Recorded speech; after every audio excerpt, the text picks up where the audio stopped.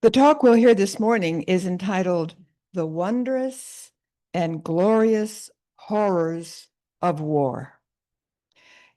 Gary will be delivering the talk, but it was written by our friend and longtime member of this congregation, Frank Dixon. Frank describes himself as a, quote, retired civil servant whose opinion of war is best described as guesswork, as he never served a day in uniform. Gary?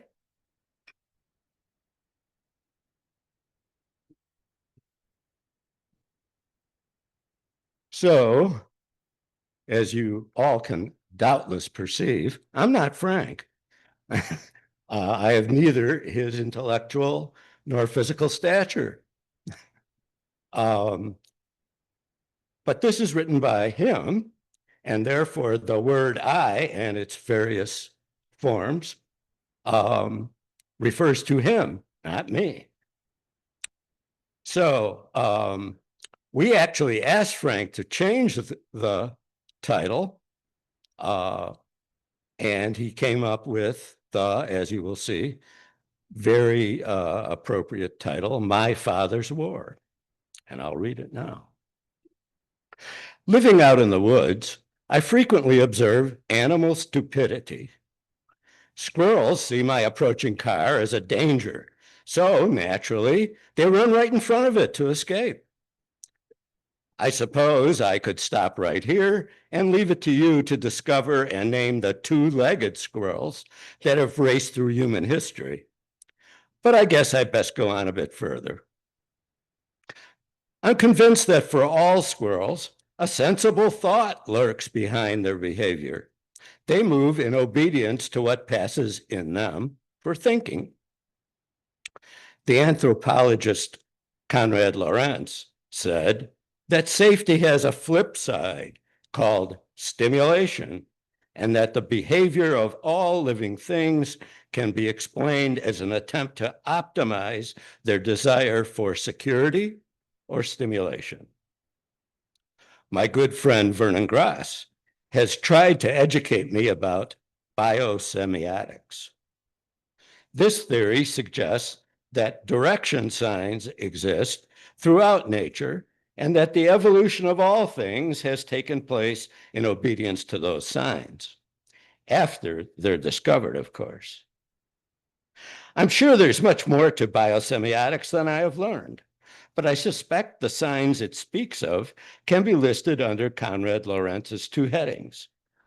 The signs lead either to security or stimulation. What Darwin referred to as adaptation is what happens when a species follows signs. Biosemiotics also applies to rocks. When a rolling stone settles in a place where gravity no longer causes it to roll, it may be said to have obeyed a sign and adapted. But if it were a thinking thing, it may have liked rolling. It might then spend the rest of its life cursing the laws of nature, one of which was the cause of its beloved rolling. Maybe Konrad Lorenz imagined security and stimulation as signs pointing in opposite directions. But somewhere in his work, he must have seen that the feeling of being safe can be stimulating. That particular stimulation is, of course, in the direction of safety. But Lorenz's idea was fine for relatively dumb animals like squirrels. But human beings experience life as more than a mere series of stimuluses and responses. We have the power to imagine life from a transcendent position. We can see what T.S. Eliot saw. Between the stimulus and the response falls the shadow. Once we see life in that broader sense, we experience the world in a way no rock ever could. In a way no rock ever would. The most intelligent rock does not feel envy or jealousy or greed, or know the concepts of nobility, and justice. All living things, even squirrels, cows, and raccoons, may love or hate, but to experience themselves as loving, but to experience themselves as loving, hating beings, an animal must develop to a certain level of intelligence. Love and hate may be said to be experiences informed by imagination. A purely dumb animal might love something, but it takes a more developed animal to love or hate an idea. On second thought, squirrels come close. They hate the threat posed by a moving vehicle and perhaps love the idea of safety. But squirrels appear unable to understand much beyond their immediate perception of what safety is and where it lies. They too often run headlong into death. Here's another way of looking at Eliot's line. Between the stimulus and the response falls a mishmash of screwball ideas. For the very most part, the human mind lies in what Joseph Conrad called the heart of darkness. We smart folks think we have constructively used our imaginations to develop a civilization that works. But we're wrong. Historically, we've put potentates and politicians in charge whose talents have frequently been inadequate. The systems they've developed and have asked us to follow require that some of us be trained as war fighters and others as makers of the weapons of war. As much as the rest of us might regard war as a bad thing, to the military elite, if not the ordinary soldier, war presents an opportunity to demonstrate their expertise and thus their value as human beings. To the generals, war looks like a meaning in the Viktor Frankl sense. Of course, not just generals, but all of us in our search for meaning sometimes find it in suicidal places. The beauty of imagination is that it lets us understand snakebite as a bad thing without having to be bitten.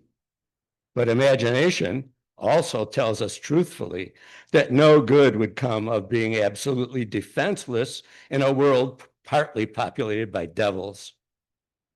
Having defensive ability is at once a good thing and a bad thing. It's bad that we need defenses, and good that we have them. That paradox illustrates the logic of Konrad Lorenz's advice that we optimize stimulus and security.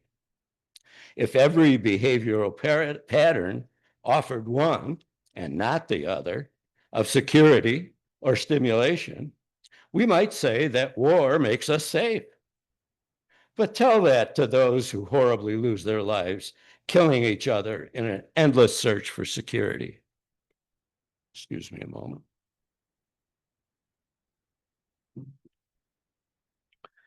War is an evil that seems good only if we're willing to suspend understanding itself and falsely imagine that those who die in war do so while whispering to themselves how sweet and noble it is that they are dying for their country. Wilfred Owen called it the old lie. The last stanza of his best-known poem goes like this. He's referring to a comrade who has been poisoned by mustard gas.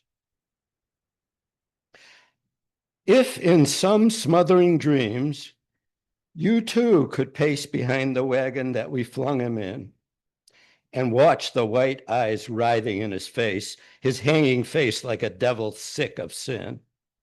If you could hear at every jolt the blood come gurgling from the froth-corrupted lungs, obscene as cancer, bitter as the cut of vile, incurable sores on innocent tongues. My friend, you would not tell with such high zest to children ardent for some desperate glory, the old lie. Dulce et decorum est pro patria mori. Before they were married, my mother's boyfriend went off to war in 1917. He had only 2 years of formal education. He was therefore not book brilliant, but in less than a year, he was promoted to sergeant. I imagine that meant he was smart enough to stare into the face of evil and see it for the horror that it was. He came home a mentally damaged man, so much so that he married my mother only in 1929. Not even then a well man, but able at least to provide for a family. If he suffered deeply, perhaps it was because he was, after all, a human being, too innocent to not be horror-stricken by the insanity being enacted before his eyes, and too intelligent to be deluded by the old lie. I do not wish to imply that my father understood in an intellectual sense what war had done to him. No more than any of us did he understand the conglomeration of causes and effects that create the wounds afflicting our minds. We may, after years of study, say or write something that makes a sort of sense of war, but we have only to think of the squirrel that darts into danger while seeking safety to realize just how difficult it would be to know what even a single soldier might have thought while witnessing bodies being blown apart in a senseless war. Some foreign policy expert might say, let X represent the danger the average American feels about the Iran problem. I can't imagine that any genuine expert would be that stupid. But if X were to stand for what one ordinary person thinks about our Iran policy, it would be no better than what an intelligent squirrel might think of an approaching car. I don't mean that the average human being is as stupid as a squirrel, but rather that a person's thoughts might represent and struggle unsuccessfully to say something truly meaningful about the Iran problem. We may say that we feel bad about that potential conflict. It's not potential anymore, by the way. But the word bad would stand for something as vague as the squirrel's notion of danger. And unlike the squirrel, we may personally not be forced to take action in the killing of others. Taken as one voice murmuring among many, an ordinary person, by his or her silence, may permit our government to do something virtually as stupid as the squirrels darting into danger. It's worse than that. The squirrel may run very fast, or the driver may jam on the brakes. But if our leaders decide to send us along a path less discernible than a shooting war, we may need talents other than the equivalent of speed and braking to avoid tragic happenings. In cases of that sort, what newspapers euphemistically call many casualties would painfully become the reality of the snuffed out lives of millions of people. Unfortunately, the word bad does not imply an understanding of the good. It's like the blurb on the dust jacket of a book, a vague hint of what the book's about. But in our minute by minute and hour by hour living of life, the main text usually takes place without benefit of deep thought. Occasionally, we feel we ought to cogitate a bit before acting, which is to say, sometimes our mind leads us to think. More often, we compensate, as my father did, by actions similar to the squirrels. I recall one night, I was 19 years old. My dad was physically and permanently unable to work. I was leaving for the midnight shift at my railroad job, carrying my lunch bag and dressed in work togs. I did not see my father sitting in darkness on the porch. I did hear my name as he spoke it, But I heard much more than my name. I heard a deep sadness, tears in his voice. He buried his face in his hands and wept as a man is not supposed to do. Without looking up, he said in broken words, "I tried, Franklin. I tried." I wondered what he meant. He had been sober for several years. If he had said, "I have succeeded," I might have understood. But that's not what he said. In saying "I tried," my father was confessing to failure. He was a bright man, but he could not possibly have understood all that the war had done to him. He could only live those effects as he had for at least the first 19 years of my life. I never heard him speak of the war. It was almost as if he had not wanted to lay the blame on anything or anyone other than himself. Or perhaps he just did not want his oldest child to see horror in his eyes. 20 years after hearing my father's words, and in a different job, I developed a computer system for the Veterans Administration. As a part of that job, I was lecturing to a group of VA doctors on the use of the system. There were about 30 of them, and they had all come from VA hospitals, men and women who would go back and put the system into use. Each of them had seen many cases of post-traumatic stress disorder. I had seen only one. I could not know nearly as much as any one of them did about that illness, but I can tell you that during my lecture, when one of about 800,000 records popped up on the screen, I thought of my dad and just how insignificant in the grand scheme of things his isolated case had been. In the system's database, there were 800,000 records, each standing for one psychiatric session with one of the 90,000 soldiers who were being treated, for the affliction that led my father to believe he had failed as a man. I do not merely imagine, I know and understand why I hate war.